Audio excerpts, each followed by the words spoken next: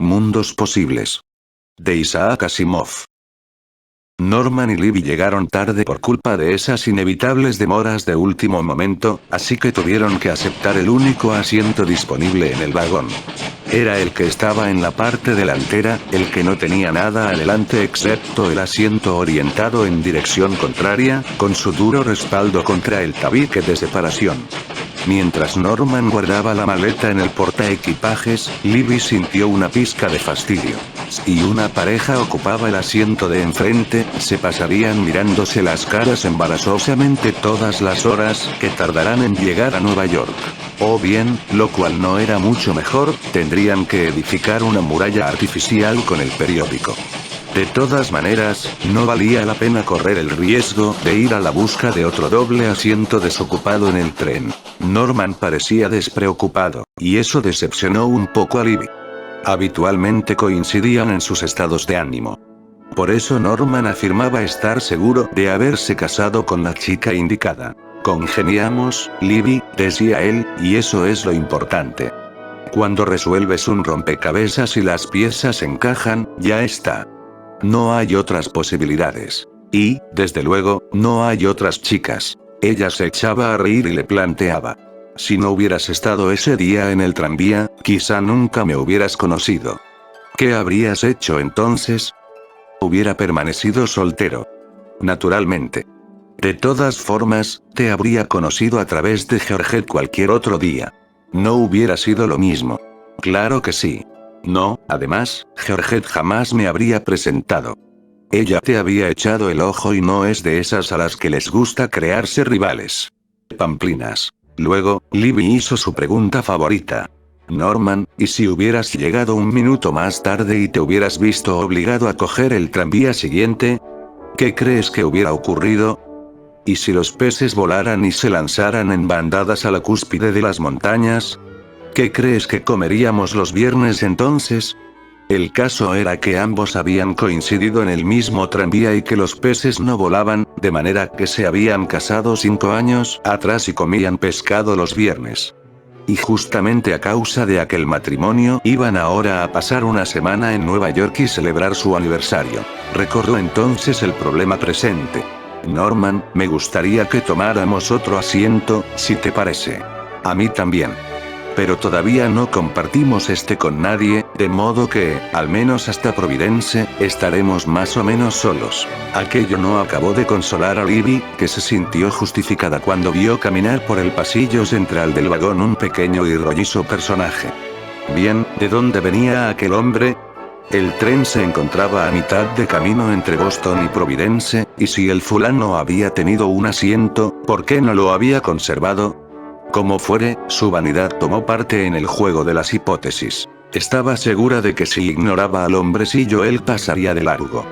De manera que comenzó a preocuparse de su cabello que, en virtud del traqueteo del tren, se había desarreglado un poco. Y luego se concentró en sus ojos azules, y en su escasa boca de gordezuelos labios, de los que Norman solía decir que eran la imagen perfecta de un beso permanente. No era para tanto, pensó ella.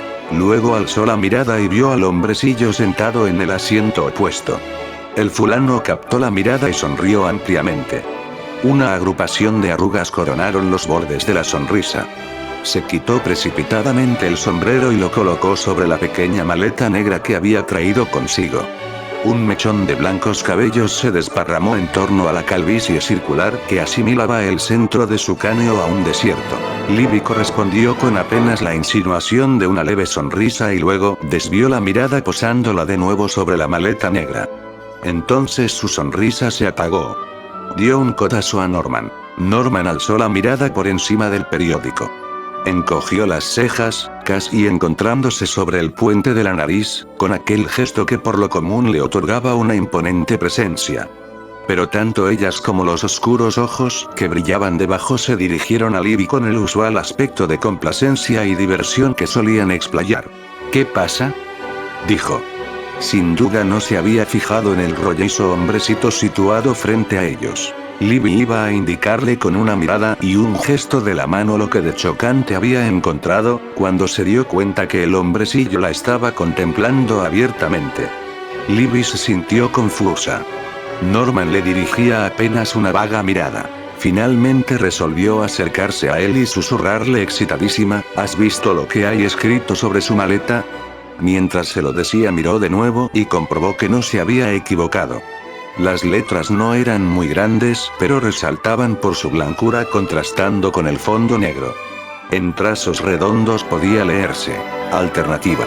El hombrecillo estaba sonriendo otra vez. Asintió repetidas veces con la cabeza y señaló alternativamente las palabras escritas sobre la maleta y asimismo. Debe ser su nombre, dijo Norman en una parte teatral.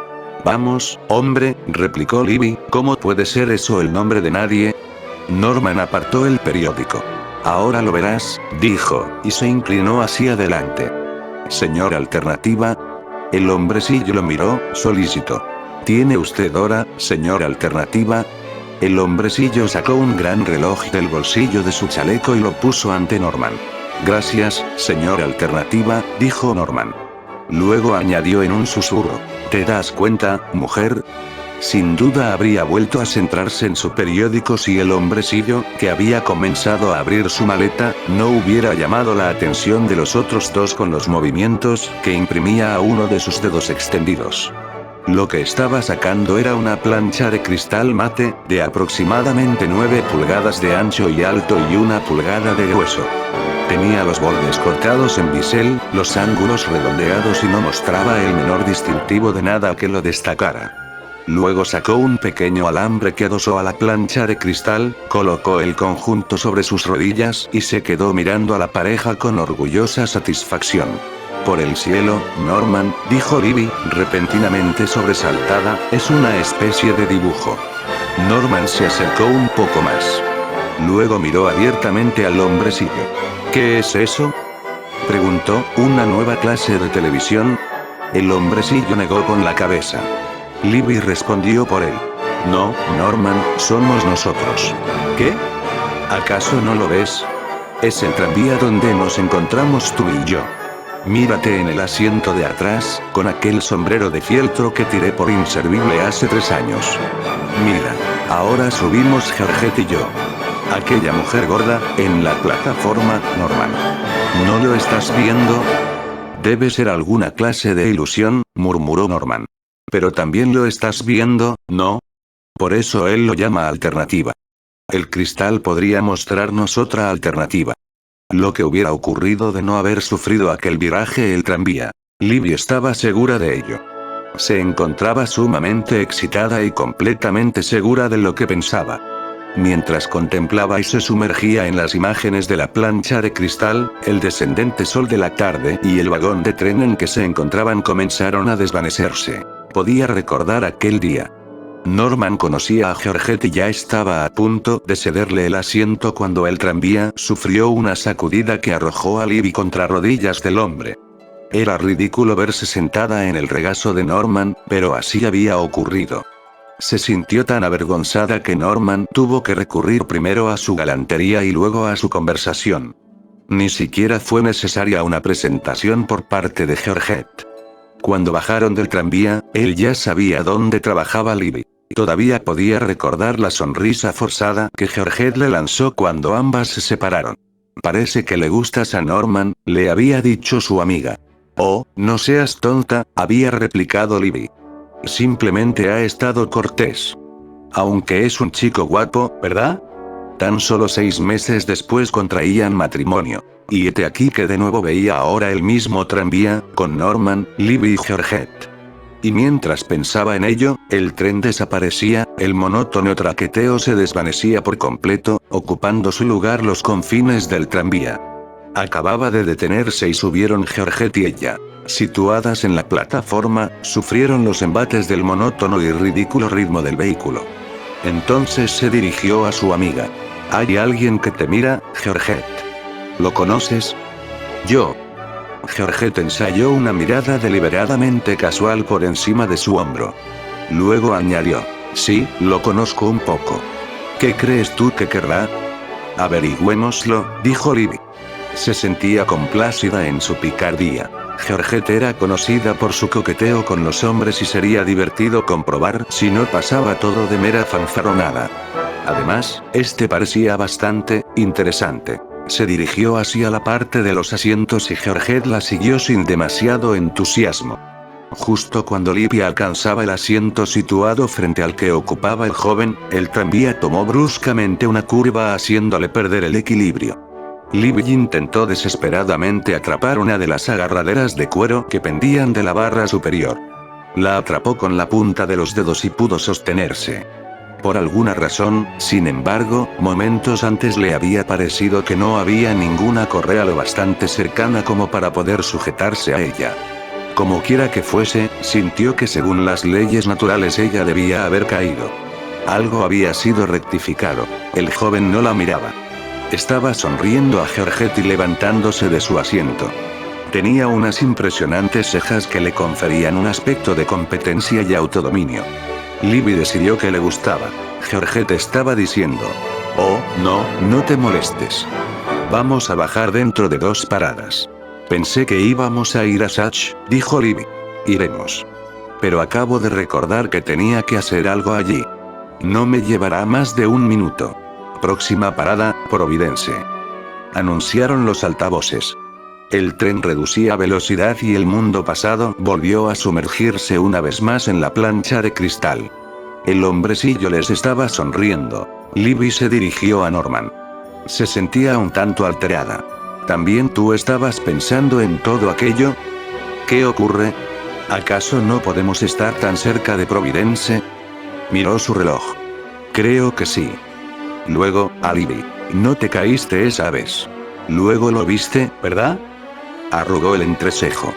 Claro, ha salido a gusto de Georgette. Estoy segura de que inventó su excusa solo para evitar mi encuentro contigo. ¿Cuánto hacía que conocías a Georgette, Norman?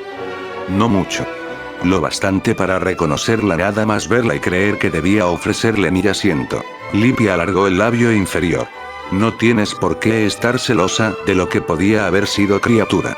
Además, ¿qué diferencia habría habido? Hubiera sido suficiente con que nos cruzáramos al salir de tu trabajo. No me hubieras mirado. Difícilmente. Entonces, ¿cómo te hubieras encontrado conmigo? De cualquier manera. No sé. Pero reconocerás que estamos discutiendo por algo más bien estúpido. Providence comenzaba a quedar atrás. Libby se sintió turbada. El hombrecillo había estado siguiendo su conversación sostenida en susurros, y con la desaparición de su sonrisa mostraba que había comprendido. Libby se dirigió a él. ¿Puede mostrarnos algo más? Aguarda, Libby, interrumpió Norman. ¿Qué vas a hacer? Quiero ver el día de nuestra boda. ¿Qué habría pasado ese día si yo hubiera cogido la agarradera de cuero? No coincido contigo. Creo que no nos hubiéramos casado el mismo día. Señor Alternativa, insistió Libby, pese a todo, ¿puede mostrármelo? El hombrecillo asintió con la cabeza. La plancha de vidrio comenzó a animarse de nuevo. Al principio un tanto borrosamente. Luego, la luz se fue concentrando y condensándose en figuras concretas. Una débil música de órgano resonó en los oídos de Libby. Norman saltó incisivamente. ¿Lo ves? Mira, ahí estoy yo. Es el día de nuestra boda. ¿Estás satisfecha? Los ruidos del tren comenzaron a desaparecer de nuevo y lo último que oyó Libby fue su propia voz que decía: «Sí, ahí estás tú». Pero, ¿dónde estoy yo? Libby estaba sentada en uno de los bancos de la iglesia. No había esperado atender la invitación. En los últimos meses se había sentido más y más alejada de Georgette, sin saber exactamente por qué. Se había enterado de su compromiso matrimonial por medio de un amigo común, compromiso entre ella y, naturalmente, Norman. Recordaba muy claramente aquel día, 6 meses atrás, cuando lo vio por vez primera en el tranvía. Era la ocasión en que Georgette pareció desear apartarla tan rápidamente de la mirada de aquel hombre. Se había encontrado con Norman otras veces, pero siempre estaba Georgette con él. Bien, no tenía por qué estar resentida. Sin duda no era el hombre que le reservaba el destino. Pensó que Georgette parecía más hermosa de lo que realmente era. En cambio, él era muy guapo. Se sintió triste y un tanto vacía, como si advirtiera que algo no funcionaba como debiera, algo que de alguna manera ella no podía ordenar en su mente. Georgette había pasado junto a ella, caminando a lo largo de la nave central, sin aparentar verla. En cambio se había fijado en los ojos de Norman y acabó por sonreírle. Libby pensó que Norman le había devuelto la sonrisa. Escuchó las distantes palabras mientras la iban alejando de allí. Yo los declaro. El ajetreo del tren se impuso de nuevo. Una mujer caminaba por el pasillo central conduciendo a un niño de la mano. De vez en cuando llegaban las entrecortadas risas de algunas adolescentes sin duda situadas algunos compartimentos más allá. Un empleado de ferrocarriles pasó rápidamente portando algún misterioso mensaje. Libby lo advertía todo pasivamente. Permanecía allí sentada, la mirada tendida al exterior, contemplando el relampagueante paso de árboles y postes telefónicos. «¿Te casaste con ella?», dijo. La miró durante un momento y luego torció levemente un lado de su boca. «No en la realidad, Libby. Mi mujer eres tú. Piénsalo con calma unos cuantos minutos y verás cómo te convences». «Sí», dijo Libby, «te casaste conmigo, porque me caí en tus rodillas. De lo contrario, te hubieras casado con Georgette. Si ella no te hubiera querido, te habrías casado con alguna otra. Te habrías casado con cualquiera. Demasiadas para las piezas de tu rompecabezas». «Muy bien», dijo Norman con excesiva lentitud, «y que yo sea maldito». Se llevó las manos a la cabeza y luego las dejó resbalar hasta cubrirse con ellas los oídos como si no quisiera oír nada más. «Escucha, Libby, escucha. Estás sacando estúpidas conclusiones de lo que no es sino un juego de magia. No puedes culparme por algo que no he hecho. Podías haberlo hecho. ¿Cómo lo sabes? Tú mismo lo has visto. Solo he asistido a una ridícula sesión de hipnotismo, supongo». Su voz se alzó ahora con repentina iracundía. Se dirigió al hombrecillo sentado frente a ellos. «Lárguese, señor Alternativa o como quiera que se llame. Váyase de aquí. No queremos nada de usted. Salga antes que coja su juego de manos y lo tire por la ventana y a usted detrás». Libby lo sujetó. «Detente, detente. Estás en un tren lleno de gente». El hombrecillo se arrinconó cuanto pudo en su asiento y ocultó su pequeño equipaje tras su diminuto cuerpo. Norman lo miró, luego miró a Libby, y luego miró a la anciana dama que a través del pasillo contemplaba la escena con evidente desaprobación. Su rostro cambió varias veces de color y optó por quedarse inmóvil. Se mantuvieron en helado silencio mientras atravesaban New London. Pasaron 15 minutos después de atravesar New London. Norman llamó a Libby. Libby no respondió. Miraba por la ventana sin ver otra cosa que el vidrio. «Libby, Libby. Respóndeme», insistió Norman. «¿Qué quieres?» «Mira, todo esto es absurdo. Ignoro cómo lo hace el tipo este, pero mientras no acredite su legitimidad no tienes por qué ponerte así. Además, ¿por qué te detuviste en aquel momento? Suponiendo que yo me hubiera casado con Georgette, ¿crees que tú habrías estado sola? Deduzco que ya debías estar casada cuando tuvo lugar mi hipotética boda. Quizá por eso me casé con Georgette. Yo no estaba casada. ¿Cómo lo sabes?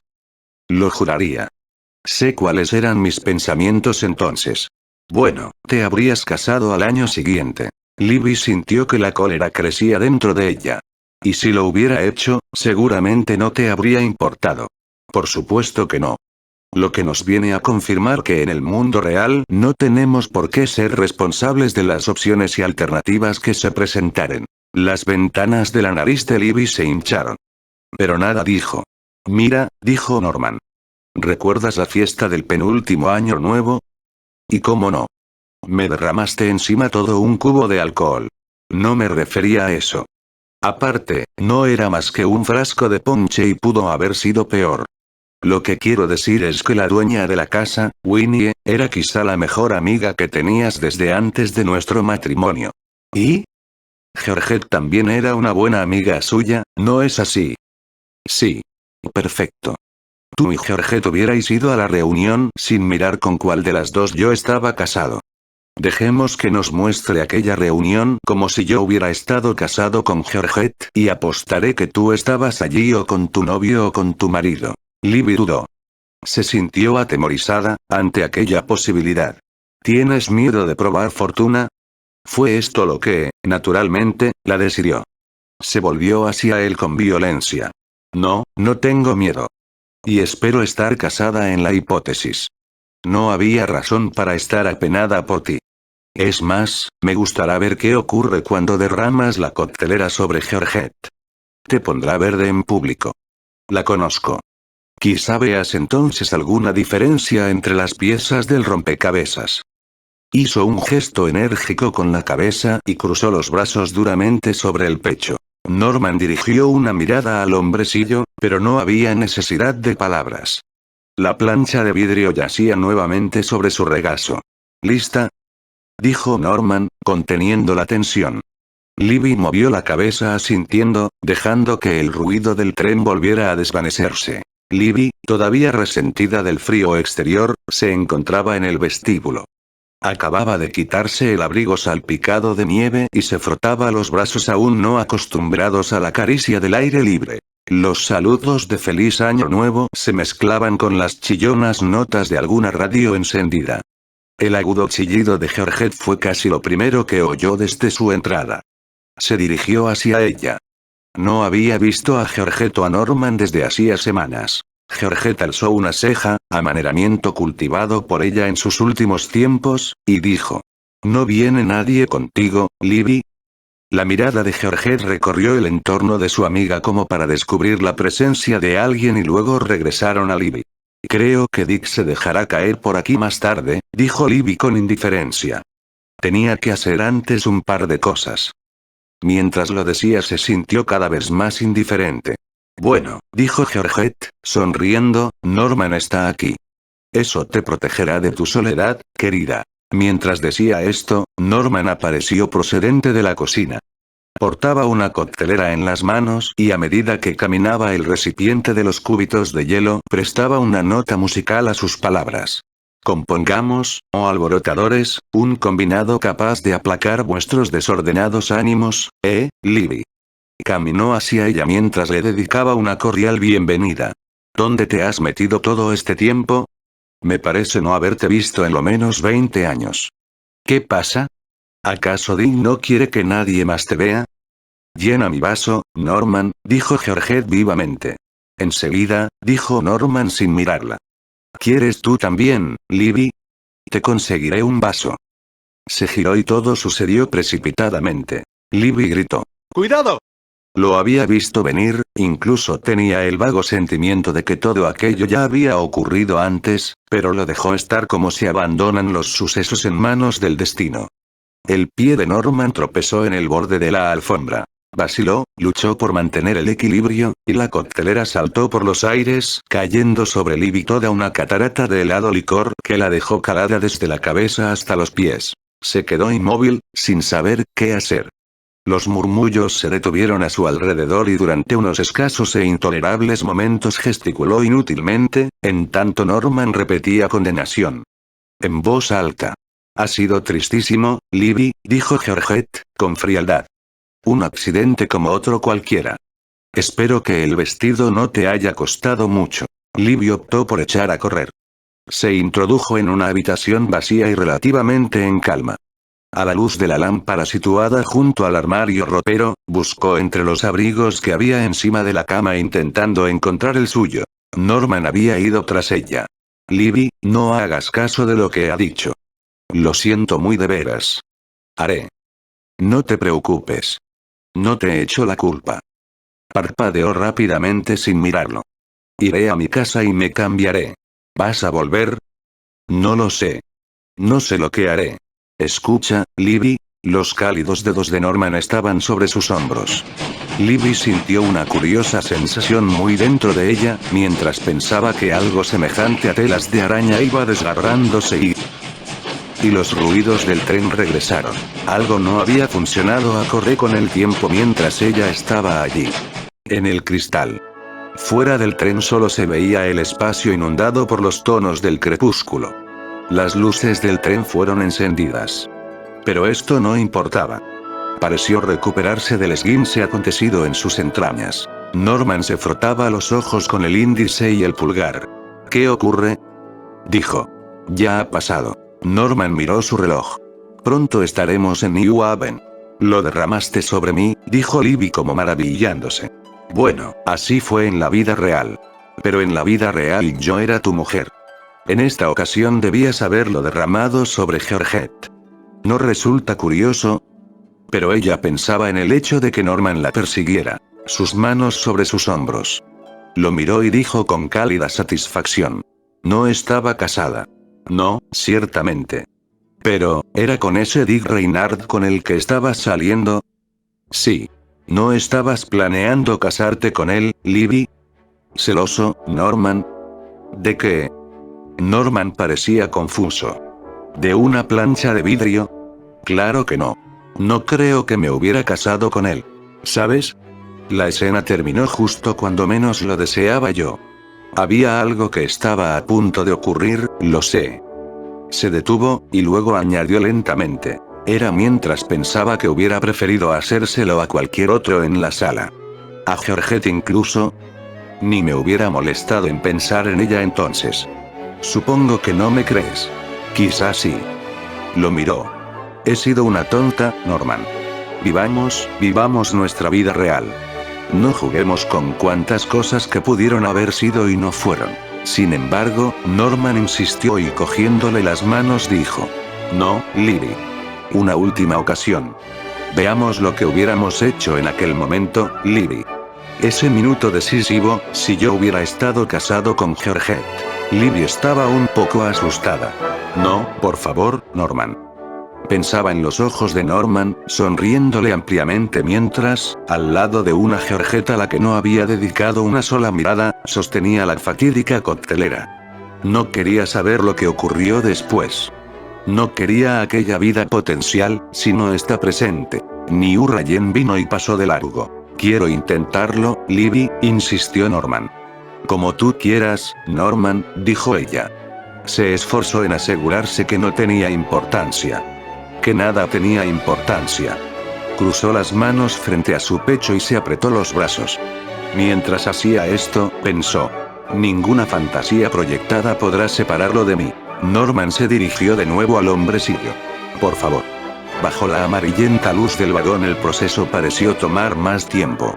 La superficie del cristal fue aclarándose paulatinamente, como si un puñado de nubes fuera disperso por el soplo de algún tranquilo viento. Hay algo que no funciona, dijo Norman. Somos nosotros, pero tal y como nos encontramos ahora. Era cierto. Las dos figuras aparecían en un tren, sentadas en un departamento de asientos enfrentados. El campo de visión aumentaba ahora. La voz de Norman sonaba en la distancia y se desvanecía. Es el mismo tren, decía. La ventana trasera está agrietada como. Libby era enormemente feliz. Dijo. Ojalá estemos en Nueva York. No será antes de 1 hora, querida, dijo Norman. Luego añadió. Voy a besarte. Hizo un movimiento como si fuera a hacerlo. Aquí no. Oh, Norman, la gente nos mira. Norman se echó atrás. Deberíamos haber tomado un taxi, dijo. ¿De Boston a Nueva York? Claro. Allí no te hubieras negado.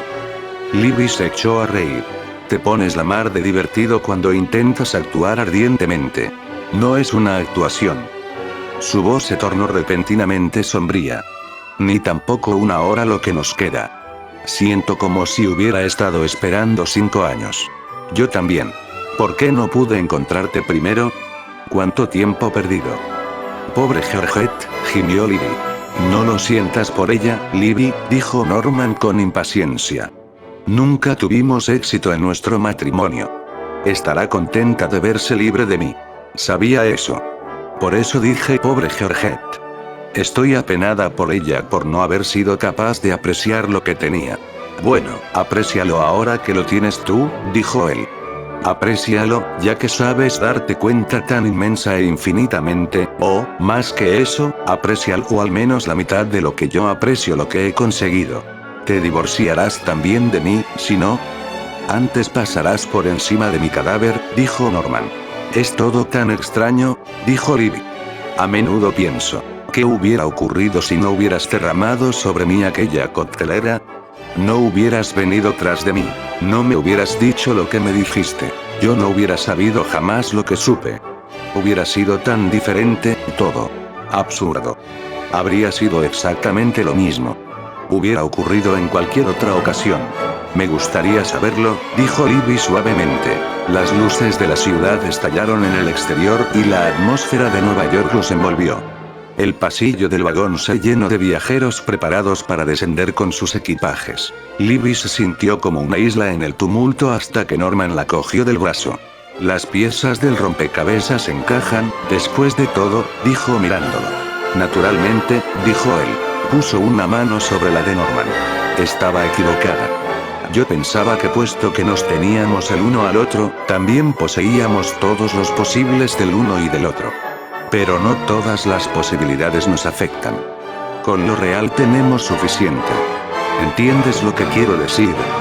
Norman afirmó con la cabeza. Hay millones de alternativas. No quiero saber qué ocurriría con cualquiera de ellas. Nunca más diré qué hubiera pasado si. Nuevamente. Tranquilízate, querida, dijo Norman. Toma tu abrigo. Lo buscó en su valija. ¿Dónde está el señor Alternativa? Preguntó Libby de súbito. Norman se volvió lentamente y contempló el asiento vacío frente a ellos. Juntos se pusieron a mirar el resto del vagón que la gente apiñada les permitía observar.